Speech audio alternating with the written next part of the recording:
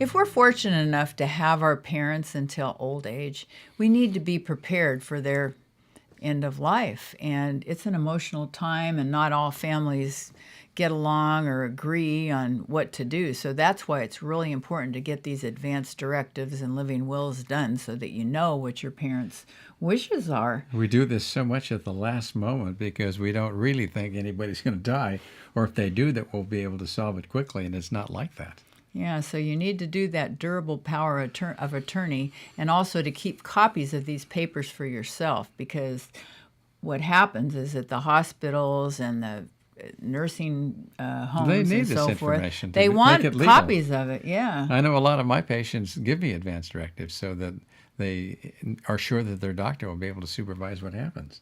It's important to look at because these are major things. When you're dying, do you want to have problems with what's done? You know, worry about whether or not you're going to be on dialysis or have a breathing machine, or if you want to be resuscitated, or if you want to have a tube that's feeding you, or some kind of organ or tissue donation. These are decisions that need to be made in advance because when you're dying, it all happens at once. And we need to honor our parent or our loved one's wishes, and Sure. to do what they would want us to do for their end of life and for this important transition. We need to plan for this. Right. So if we keep that in mind and realize that if we do that, things will run a lot smoother than if we wait at the last minute.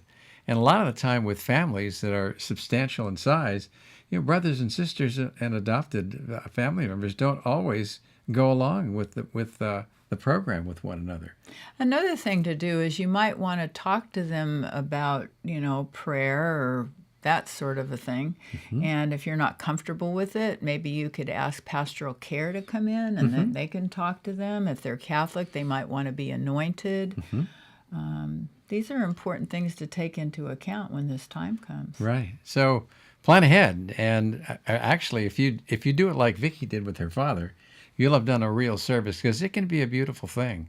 The transition from this plane to wherever we're going is one that should be looked at without so much fear. But in the case of your father, he was a little frightened of death. And tell us the story of what happened there, because it's such a beautiful story. Well, he really was afraid, and he told us that he wanted to die at home, and he didn't want to be alone. So when he was in the hospital, we took turns always being with him so that he was never alone.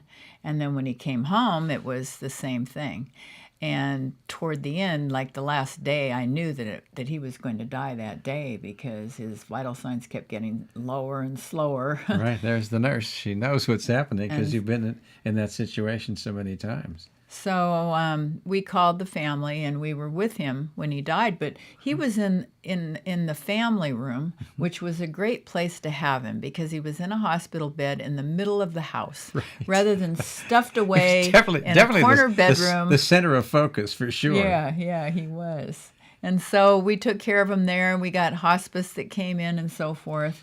And I was holding him in my arms when he died. And so it was really beautiful.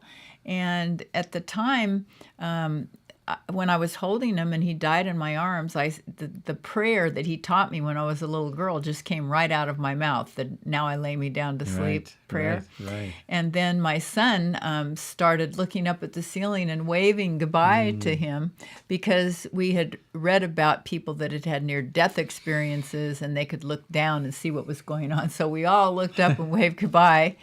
And then my son said, "There's a breeze. I feel a breeze." Well, we were in the family room. It's a cool breeze. Yeah, and it had radiant heating, so No windows were open. No windows, no vents, nothing. And so what was that? We just felt this cool breeze. We all felt it. It felt like his spirit was leaving his body, is what we all finally decided. Well, it definitely felt like a moment of grace and feeling the spirit. Yeah. So a lot of the times when we're near death, what happens is we have this urge to try and make everything right. We all make mistakes in our life, and the mistakes we make very often involve relationships we have with important people. And even the Martins and the McCoys, when they're on their deathbed, their goal really becomes to improve those relationships and forgive and to move forward. And there's a wonderful book that Jean Shinoda Bolen wrote, Vicki, that I thought was really fantastic. It's called Close to the Bone. And it talks about how we, at the end of life, awaken to what life's purpose is, and suddenly it's not our stock portfolio, and it's not the properties we own or the jewels that we have. It's the relationships we have with the people in our life, and we want to make them right. If we could learn from that early, wouldn't the world be a better place to live in?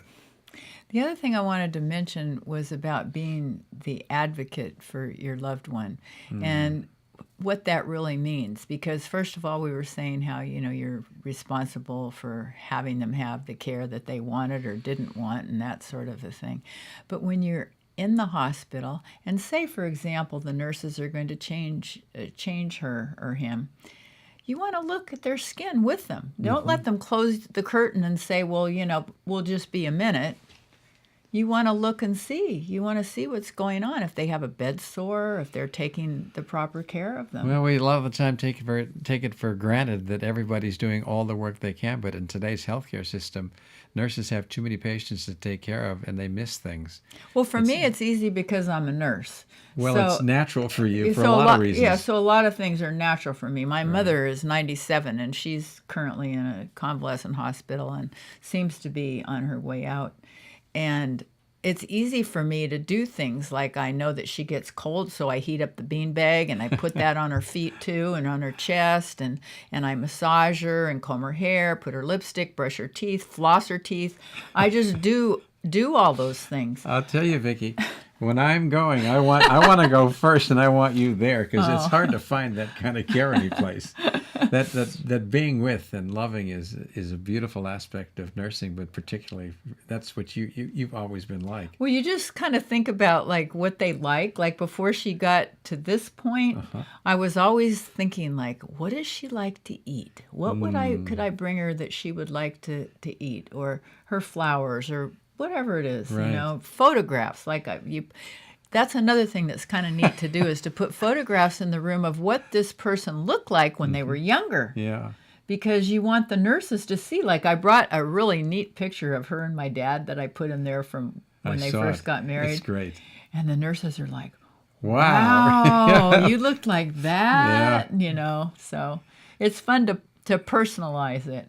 But also, if you are a caretaker and say your health insurance or your pocketbook can't afford to have your loved one in a care facility and you have to do it at home, you might want to get hospice to help you if Absolutely. you can. What a wonderful organization. And to trade off, and you need to have your friends relieve you, or family or somebody, because you need to take care of yourself. How can you take care of somebody if you're not taking care of yourself? Or your family. Yeah. It's like that story in the airplane, where they say when the masks come down, put it on yourself first so then you can assist your child or whoever it is that needs your help. Exactly. So in end-of-life care, plan ahead. Look at some of these aspects of what's going to be involved. And don't wait till the last minute, because if you do, it's all going to happen to you all at once. And when it happens that way, it gets fragmented. It leads to differences of opinion in a lot of different family members. So the right way to go is, be like that Boy Scout. Plan ahead.